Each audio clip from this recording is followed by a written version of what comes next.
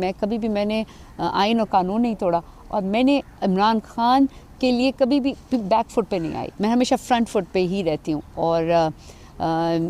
मैं जब गई तो मैंने सबसे पहले जो है ना वो अंदर जो है कमरे में, क्योंकि उस मीटिंग रूम में जो है वो पहले जब झांका तो दोनों बुशरा बीवी नज़र आई, खान साहब एक साथ नज़र आए और मैंने अस्सलाम वालेकुम किया तो खान साहब ने और बुशरा बीवी ने वालेकुम अस्सलाम किया और खान साहब इतने खुश हुए। तो क्या वो लीडर है, क्या खान लीडर का क्या अपने कारकुन से मोहब्बत है कि खान साहब ने एकदम वालेकुम सलाम किया, उन दोनों ने वालेकुम सलाम किया और खान साहब ने इतने मज़े से कहा, हंसे मतलब खिलखिलाए और मुझे कहते हैं आ जाओ नादिया, बैठो यहाँ पे। और खान साहब एक खुद कह रहे हैं कि बैठो। तो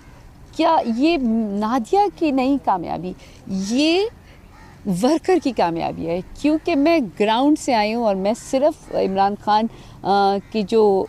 मेरी जो एक वो क्या कहते हैं, जब मैं अपने आप को देखती हूँ तो नादिया नहीं है मेरे पीछे, मेरा पूरा मैं नहीं, वो एक वर्कर है